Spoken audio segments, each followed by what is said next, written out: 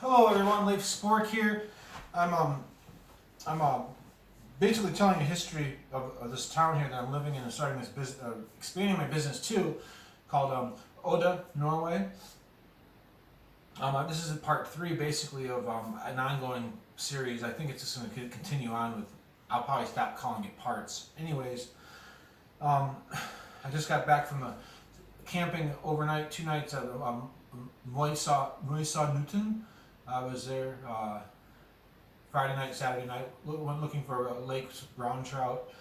Discovered that once you get to a certain altitude, basically the lakes are void of brown trout. It's too cold. I think it just freezes and there's not enough food. But absolutely beautiful little lakes that are crystal clear, and they actually turn kind of aqua blue, unlike bluer than the Caribbean. Amazing colors with snow still half into the lakes. Ice, and it's really nice. So I think I've been thinking about this, and what I'm going to do is this book's set up really nice because each page kind of has an English explanation of the page. I am learning Norwegian slowly, but so I'm going to read these excerpts from the page, and then kind of break it down and how I understand it, given my personal life story of knowledge and my degree in history. So this is where I left off on Friday, and it's July 8th today, I believe, maybe 9th. It was a painful process when Odda smelting plant went bankrupt and was closed down, and it took time to treat this pain, which involves much more than the loss of workplaces alone. It involves the very soul of the industrial town, a shrinking industrial worker culture. It involves different sets of values which clash over the course to a new future. The folk of Odda gathered together in 2 opposing camps, and the one were those who wanted to pull the smelting plant down and build a shopping center, and the other were those who regarded the smelting plant as a cultural monument of international stature. They believed that Odda would more easily attract new business by linking innovation to something that gave the place a special distinction. In a referendum in 2009, a small majority said no to Odda applying for a place on UNESCO's cultural heritage list. Nonetheless, Odda is still an applicant, and in the spring of 2011, large sections of the closed-down smelting plant have been preserved. The building that I bought, the Dunkelrek building, has been preserved. Now I own it. The outside of it can't be changed. It just has to be fixed in order to look like it once was. So there's lots of things here I can talk about. I understand the situation personally. I grew up in a place in northern Michigan it's now a tourist destination. Property value there has skyrocketed. In 1993, my grandpa owned a house on a lake called Big Glen Lake, one of the most beautiful lakes in the world, according to National Geographic back in the 1960s or something, 1950s. My grandpa Spork, my grandpa who lived in Norway, was born in Trondheim. When he died in 1993, his house, I think, sold for around $300,000. Well, that was 1993. By 1997, the house and the value of the property all around that lake went to about $1 million in that 4 years. And this, if you find it hard to believe, this was during the whole tech boom, and when the economy just skyrocketed in the late 90s, that led to 9/11.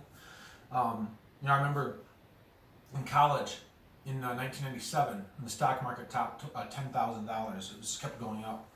Of course, then 9/11 destroyed it all. But the point being is that this place where I grew up, if you know anything about American history, the government just opened up the land to anyone who wanted to go claim it. There was 160 acres that could be claimed by a homesteader, they called them. And this, there were certain states west of the 13 original colonies that had this Homestead Act. Michigan was one of them, where I'm from. So when the settlers would come and claim this land, they usually would have their husband and wife and maybe some children, maybe my mom and dad were with them, and the land had to be cleared, and it had to be maintained, and it had to be improved in order for them to keep it. So I think there was a 5-acre minimum that they had to improve on. So obviously 160 acres is a huge amount of land for one person. You could never really do it all yourself. Cutting down the trees, growing crops. So what happened to ours, a lot of these farmers would have lots of children. They would have a little farm for them, and then many of these farmers would get a little bit bigger and start selling their crops. Well, this is back in the 1860s.